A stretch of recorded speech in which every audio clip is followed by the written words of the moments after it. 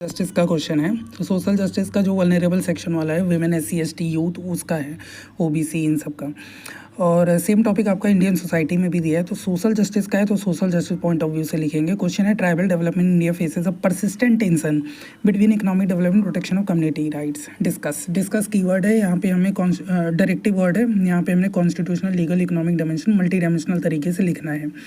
अब ज़्यादातर बच्चे सोचेंगे कि यहाँ पे डिबेट हो रहा है इकोनॉमिक डेवलपमेंट और protection versus protection of community rights, और इसी पे हमने लिखना है। यहाँ डिबेट के बारे में नहीं है, यहाँ ये है कि आप इकोनॉमिक डेवलपमेंट कर रहे हो without recognising their culture dignity, उसके बारे में। तो हम यहाँ पे कॉन्टेक्स्ट कनेक्शन करेंगे।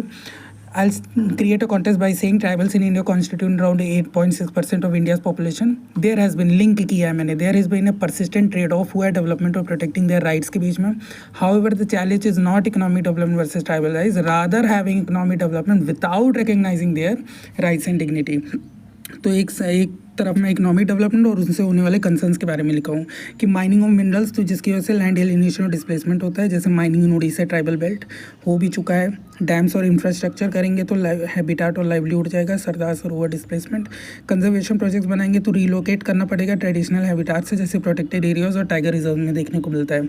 अर्बनाइजेशन और रोड कनेक्टिविटी करेंगे तो कम्युनिटी स्पेसेस का फ्रेगमेंटेशन होगा, जैसे tribal areas in central India और नॉर्थ ईस्ट इंडिया में देखने को मिला। मैंने यहाँ शॉर्ट में लिखा, एग्जाम में शॉर्ट में मत लिखना, पूरा लिखना। कॉन्स्टिट्यूशनल सेफगार्ड की बात करें तो आर्टिकल 15(4) और 16(4). आर्टिकल 244 स्पेशल अरेंजमेंट की बात करता है ट्राइबल एरियाज़ का through 5th and 6th schedule. Article 275 bracket में 1 ग्रांट इन एड देने की बात करता है ST वेलफेयर, तो फाइनेंशियल एंगल भी हो गया। अब 3 मेजर लॉज मैंने फ्लो डायग्राम में लिख दिया ताकि स्पेस कम यूटिलाइज हो और मैं बहुत सारे डायमेंशन लिख सकूँ। जैसे पैसा एक्ट 1996 ग्राम सभा को पावर देता है community resources, MFP local development traditional customs की। फॉरेस्ट राइट एक्ट 2006 जो कि 75 साल से जो STs रह रहे हैं मिनिमम 3 जनरेशन उनके लिए है। Individual rights, community rights over MFP, community rights to manage forest, इसके लिए। लैंड एक्विजिशन रिहेबिलिटेशन वाला 2013 जो social impact assessment, rehabilitation, consent requirement, specified cases, इसकी बात करता है। फिर इकोनॉमिक डायमेंशन वाला भी एंगल देना है कि डेवलपमेंट की वजह से ये चीज़ें जनरेट होंगी, employment, infra, state revenue, regional connectivity. However poorly design development की वजह से ना लैंड एलिनेशन हो सकता है, डिस्प्लेसमेंट, लॉस ऑफ लाइवलीहुड, इम्पवरिशमेंट होगा, सोशल डिसलोकेशन, सोशल जस्टिस। तो साइक्लिकल एकदम लीनियर वे में मैंने इसका कनेक्शन बना दिया। अब कंक्लूजन थॉटफुल और पर्सपेक्टिव होना चाहिए कि कॉन्स्टिट्यूशन का कभी ये विजन नहीं था कि आप डिबेट हो economic development versus protection of tribal rights के बीच में।